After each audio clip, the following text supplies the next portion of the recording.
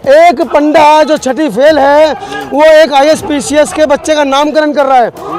बच्चा तेरा पढ़ाया लिखाया तेने, शादी की तेने, पोता पैदा हो गया, नाम करेगा उसका छठी फेल पंडित। और वो भी पंडित जो अंगूठे से तिलक कर रहा है उस बच्चे का। बीजेपी सरकार ने बताया है कि तुम दलित हो, तुम चमार हो, तुम जाट हो, और कहीं ना कहीं हर जाति को उन्होंने बता दिया है कि तुम ये हो लेकिन तुम ब्राह्मण नहीं हो। क्या मुसलमान हिंदू धर्म में आके ब्राह्मण बन पाया? क्या मुसलमान हिंदू धर्म में आके क्षत्रिय बन पाया? क्या मुसलमान हिंदू धर्म में आके त्यागी धर्म ग्रहण किया था, क्या वो त्यागी बन पाया? आखिर में उसको वापस दोबारा मुस्लिम धर्म कबूल करना पड़ा। दलित समाज ने इनकी सरकार बनवाई, बहुजन सरकार ने समाज बनवाई। और अब जब पिट रहे हो तो काहे क्यों कर रहे हो भाई? जब पिट रहे हो तो काहे क्यों कर रहे हो? पिटो। और मैं तो चाहता हूं कि एक बार बीजेपी सरकार और आए, इनके अधिकार फिर खत्म हो, संविधान में नए अमेंडमेंट हो और इनको पता चले कि ये संविधान हमारे लिए क्यों जरूरी था। तो हिंदू है ना? कहाँ दलित हिंदू है?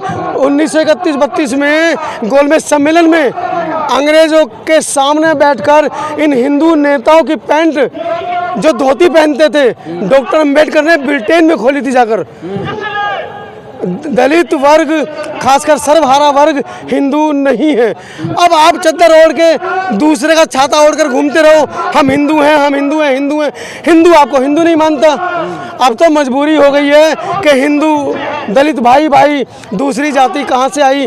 अगर हम हिंदुओं के मंदिरों में, खासकर ब्राह्मणों के मंदिर में अगर इस सर्वहारा समाज को, दलित समाज को जगह नहीं देंगे तो उनकी जेब कैसे चलेगी? उनके बच्चे कैसे पढ़ेंगे? उनके घर का खर्चा कैसे चलेगा? आप सोचिए, एक पंडा जो छठी फेल है वो एक IAS PCS के बच्चे का नामकरण कर रहा है।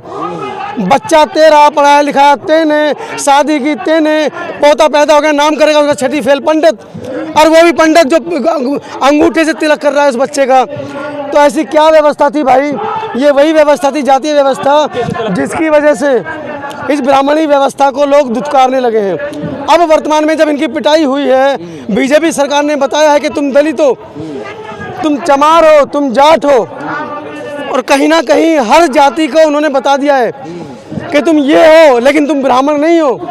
बहुत सारे मुसलमानों ने भी घर वापसी की है, लेकिन किसमें घर वापसी की आप समझ सकते हैं। क्या मुसलमान हिंदू धर्म में आके ब्राह्मण बन पाया? क्या मुसलमान हिंदू धर्म में आके क्षत्रिय बन पाया? क्या मुसलमान हिंदू धर्म में आके त्यागी धर्म ग्रहण किया था, क्या वो त्यागी बन पाया? आखिर में उसको वापस दोबारा मुस्लिम धर्म कबूल करना पड़ा।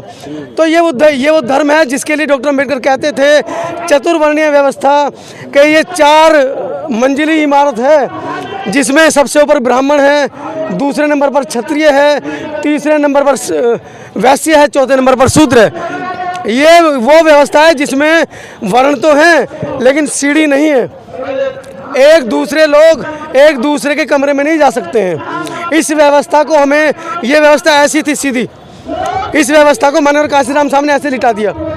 ना कोई ऊपर क्षत्रिय बचा, ना कोई ऊपर ब्राह्मण बचा, ना कोई वैश्य बचा। जब ये लाइन सीधी की जगह गिर गई तब इनको चिंता है कि हमारी वर्ण व्यवस्था खराब हो जाएगी। तब इनको लगा कि अब इस वर्ण व्यवस्था को हमें दोबारा बनाना चाहिए।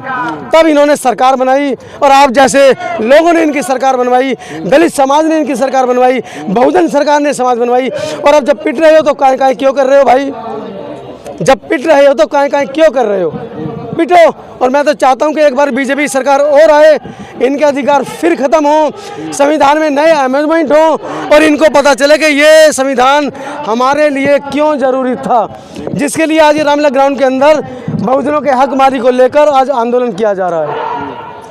क्या कहेंगे अभी बहुजन समाज की जो दशा है, कहीं ना कहीं बाबा साहब ने कहा था जो 21वीं सदी है वो बहुजनों की होगी जी, और 2014 से पहले ऐसा लग भी रहा था। लेकिन जो पार्टियां हैं बहुजन समाज की, चाहे BSP हो, बहन जी हो, जो जिस तरीके से खामोश हैं, क्या कहेंगे उसको? इसको खामोशी नहीं कह सकते।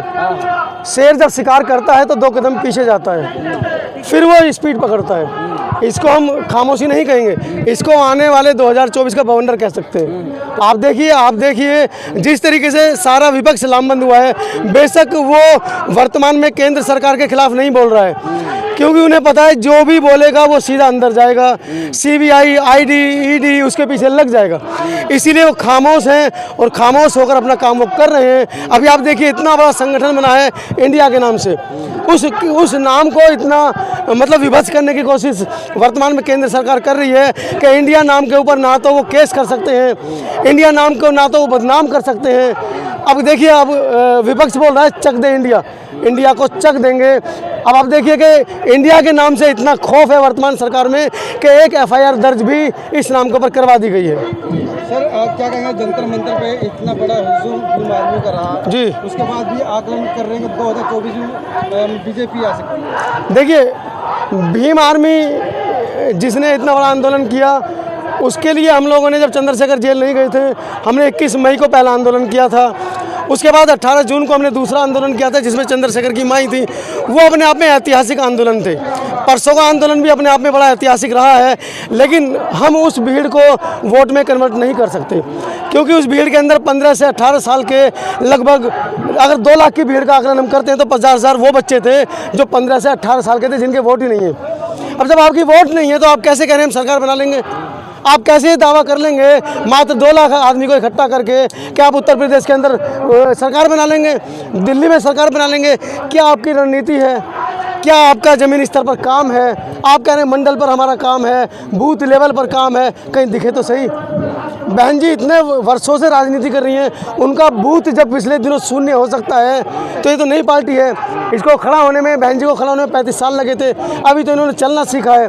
30-35 साल हो जाने दीजिए, उसके बाद पता चलेगा। RLD तो साथ में है ना, समर्थन किया है। नहीं, वो तो देखिए पूरा विपक्ष इस समय साथ में खड़ा है, उनको अपने अस्तित्व का खतरा है। RLD अपने अस्तित्व के लिए लड़ रही है, समाजवादी पार्टी अपने अस्तित्व के लिए लड़ रही है। माननीय बहन जी ने कह दिया है कि हम किसी को समर्थन नहीं देंगे, हम इकलौते अकेले लड़ेंगे। लेकिन जयंत चौधरी ने इशारों में कहा है कि जो लोग अभी बाहर हैं वो कल संसद में जाएंगे। नहीं, उनका कहना भी सही है, क्या पता वो पर्दे के पीछे रणनीति बना रहे हो। कुछ लोग ऐसे हैं जो रूठे हुए हैं, उनको मना लें।